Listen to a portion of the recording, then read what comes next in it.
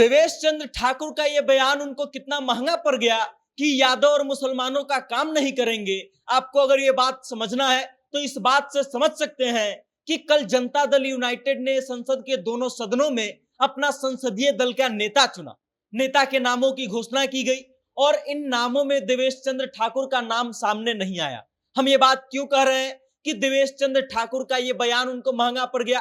क्योंकि नीतीश कुमार शायद उनके इस बयान से खफा हो गए।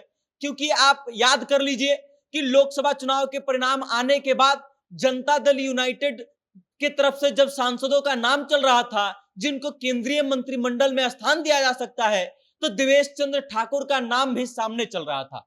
लेकिन जब मंत्री पद के लिए घोषणा किया जाता है तो सिर्फ जनता दल यूनाइटेड को 2 सीटें मिलती हैं, जिसमें से एक लल्लन सिंह को दे दी जाती है और दूसरा दे दिया जाता है कर्पूरी ठाकुर के बेटे रामनाथ ठाकुर को। उसके बाद लोग ये कयास लगा रहे थे कि लोकसभा में संसदीय दल का नेता जो है देवेश चंद्र ठाकुर को जनता दल यूनाइटेड बना सकती है और नीतीश कुमार बना सकते हैं। इसके पीछे की कहानी क्या है?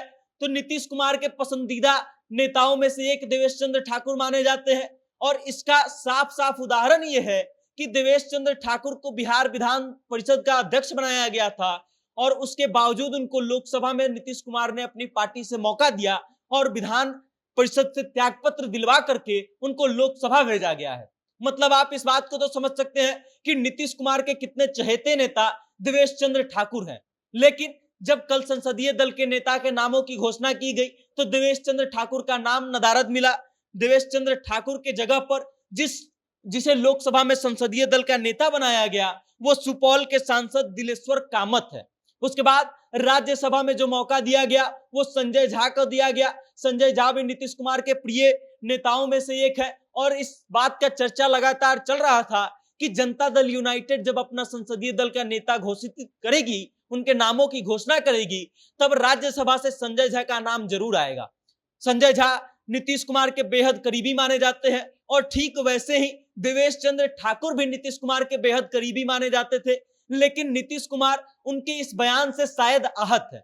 अब इस बात को आप समझिए कि नीतीश कुमार जो है कभी भी सांप्रदायिक बातों को लेकर के आगे बढ़ने वाले नेताओं को पसंद नहीं करते और इसका एक बहुत बड़ा उदाहरण है कि कैसे नीतीश कुमार 2014 से पहले जो लोकसभा चुनाव होने वाले थे, 2014 के लोकसभा चुनाव होने वाले थे, उससे पहले भारतीय जनता पार्टी से सिर्फ इसलिए कन्नी काट गए थे, इसलिए अलग होने का घोषणा कर दिए थे क्योंकि नरेंद्र मोदी को प्रधानमंत्री का कैंडिडेट बना दिया गया था और नरेंद्र मोदी पर जो है सांप्रदायिक हिंसा फैलाने का आरोप लगा था और नीतीश कुमार इसलिए नरेंद्र मोदी को अपना नेता नहीं बनाना चाहते थे और इस कारण से भारतीय जनता पार्टी से उन्होंने मुंह मोड़ लिया था।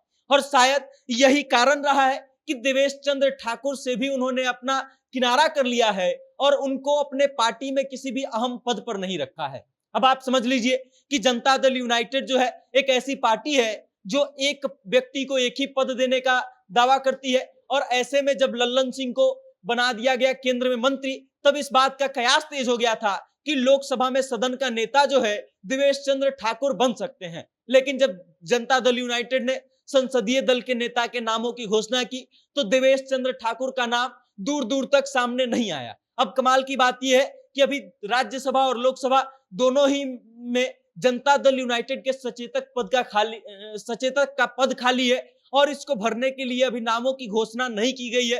क्या लगता है कि देवेश चंद्र ठाकुर को नीतीश कुमार फिर से मौका दे सकते हैं या नहीं? लेकिन इतना तो समझ लीजिए कि लोकसभा में उनको सदन का नेता सिर्फ और सिर्फ इस कारण से नीतीश कुमार ने नहीं बनाया क्योंकि उन्होंने अपना बयान सांप्रदायिक तरीके से दे दिया था और इसके बाद नीतीश कुमार नाराज हो गए थे। बाकी नीतीश कुमार के बारे में आप क्या सोचते हैं?